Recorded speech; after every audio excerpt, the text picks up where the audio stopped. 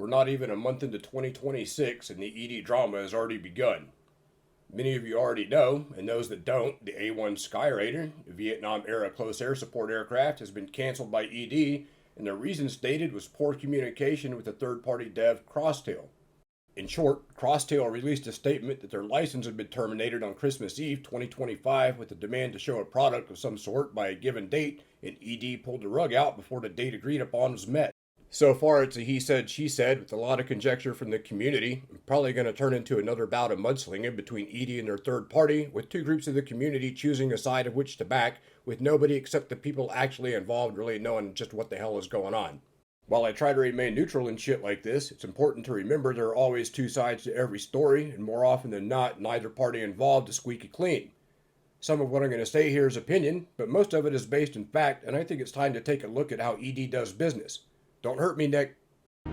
Hi, this is Nick from Eagle Dynamics. Every single time, and I promise you this, every single time somebody has tried to abuse me, they've paid a heavy price. Thank you all for your support this year. First, let's take a look at Razbam and clear something up.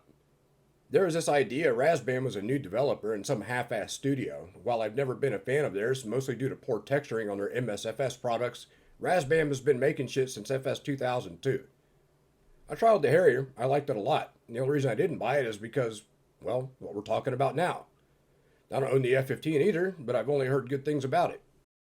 Razbam was not the first dev to have ties cut and their product removed from the store. At one time we had the BAE Hawk and buyers were offered refunds when the product was shelved. I believe the Hawk still remains to some degree as a modded T-45, but I'm probably wrong, and these could be completely independent from one another, so don't take it as gospel, and don't blame me too hard if I'm wrong. I also have no idea if it was VEAO the dev or ED who initiated the separation, so you can take that as you will.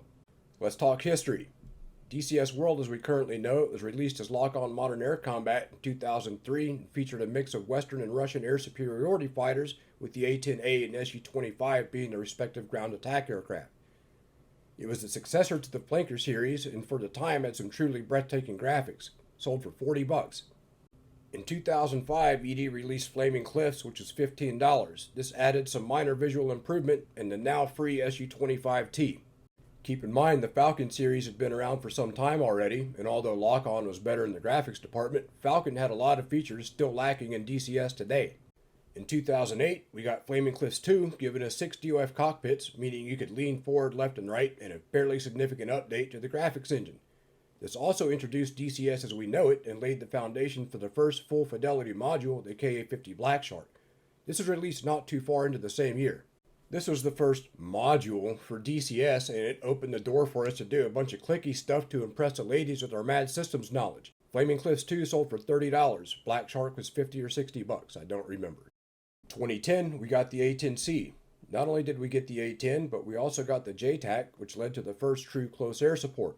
This came with many AI improvements in regard to added options for triggers and possibilities to be carried out within the editor, opening the door for a lot of things not previously possible. I also suspect this is where MCS, or Military Combat Simulator, comes into the picture. In short, MCS is a commercial version of DCS used by some militaries as a training aid, the United States Air Force being one of them. More on that later. At the time, for me and many others, this really pushed the limit for what DCS and our PCs could handle. FSX was released in 2006 and ran like total shit, while DCS, up until the A-10 was released, had performed pretty well. In 2013, Flaming Cliffs 3 was released, which is basically Lock-On Modern Air Combat being integrated into DCS. 10 years later, 4 iterations of the same aircraft have been sold with only minor visual improvements and 0 systems upgrades. At this point, the models are 10 years old. Flaming Cliffs is $30, discounted to $20 if you own the previous version, but you can still do the math. This marks the beginning of the shit show we currently have with ED selling third-party products, introducing the MiG-21, UH-1 Huey, and F-86 Sabre. The Huey was made by Bell Simtech, which I think was absorbed by ED, and if I'm wrong, please correct me. As of update 1.2.5 in 2013, users are blindsided when ED announced they would no longer be supporting 32-bit versions of the game, and the next update rendered the client unplayable to people not on a 64-bit operating system. DCS did at one time offer access to earlier clients of the game so people could roll back if they wanted, or users could simply not update, but beyond that, no refunds were offered. It was basically, sorry, not sorry, build a better PC, have a nice day. I personally wasn't affected by this, but you don't have to go very far in the Google box to find people who were. Around this time, I learned about ED's censorship policies when I questioned on the forums why certain features had been removed and was told the features in question were never mentioned. I replied with a screenshot from the announcement post showing aforementioned features and was subsequently banned in response. Polychop Gazelle is released around this time, and the community isn't very happy about the quality of the flight model.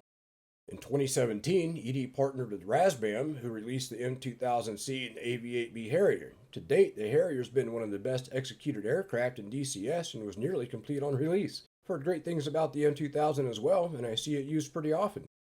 This also brought us the first of new terrains, Nevada Test and Training Range, followed by the Persian Gulf, which is basically Dubai and all the surrounding empty sand you could ask for.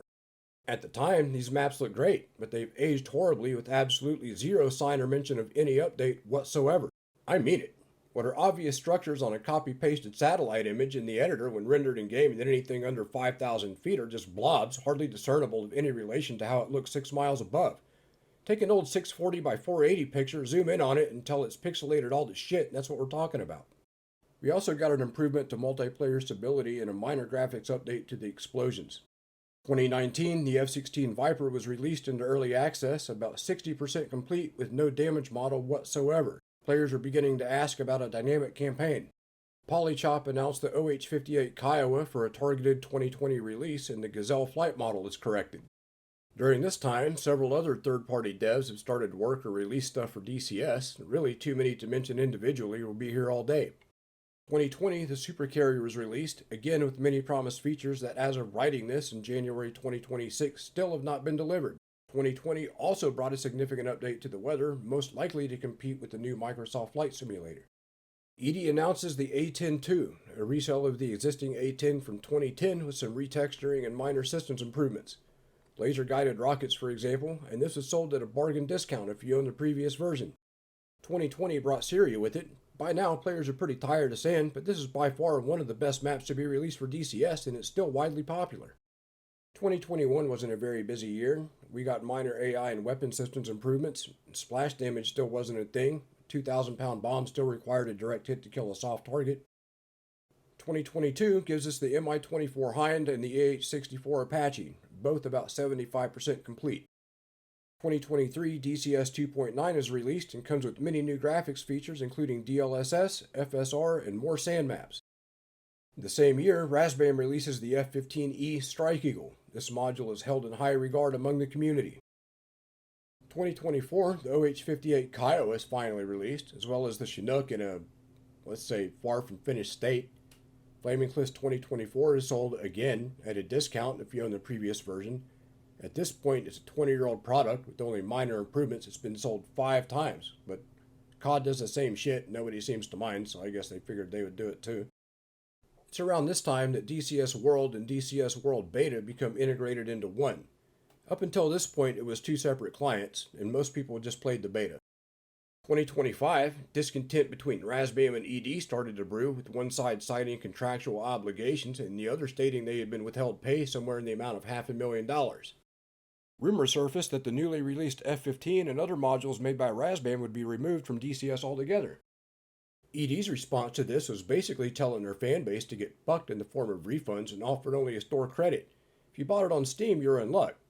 Many people issued chargebacks on their credit cards, and it wouldn't surprise me at all if those people had their accounts banned in retaliation, essentially making all the money spent on unrelated products wasted. Meanwhile, ED continued to sell Razbam stuff after failing to pay the respective developers and only removed those products from the store in April of the same year after massive backlash from the community. A video was leaked of a meeting with the head of ED, Nick Gray, and the head dev of Razbam, which only served to piss off the community more. While the modules are still playable, the next update may render them unusable, so the poor people that bought all of Razbam stuff are going to lose over $200 worth of shit. September 17th, ED releases the hyped-up full-fidelity MiG-29 air superiority fighter, without a working fucking radar. Thus far, the Mi-24 has been the only module released by ED in a near-complete state, and Nick bitches about deadlines as he cosplays Neo dodging fucking bullets in Eastern Europe. But on the upside, we finally got blast and fragmentation damage. And it's all been for one reason, and I haven't been shot in the head for it. Having said all that, some of the fan base have turned their back on ED and chosen to speak with their wallets instead of their mouths, and some have speculated that ED is in serious financial trouble. But I don't think that's necessarily the case. It's speculation on my part here, but MCS, the commercial version of DCS, sells for a hell of a lot more than a few modules us end users are buying. As far as I'm concerned, when it comes to shit being released by ED, we only get it if some military asks for it, and then we get the watered down scraps as a side hustle. So we are not their main form of income. As far as the C-130 is concerned, it started as a well-realized mod, and I think ED only allowed it merely as a test to see how well a large multi-engine aircraft would sell and if it's worth pursuing. They said themselves a tanker option would be considered based on popularity after shitting on the prospect of a large aircraft for nearly a decade, so they're clearly motivated by money. Right now, all we have in regard to a decent modern-era combat flight simulator is VTOL VR, Falcon, or DCS. As I said before, I don't think we're the main source of income for ED, which is why they have so little incentive to improve. With Falcon 5 on the horizon, I'm curious to see what, if any, changes will come from some competition. What do you think? Are third-party devs to blame, or is ED a shitbag company? If I got anything wrong, feel free to correct me. Is anyone wondering why a Russian company is making training aids for the fucking United States? What is this shit?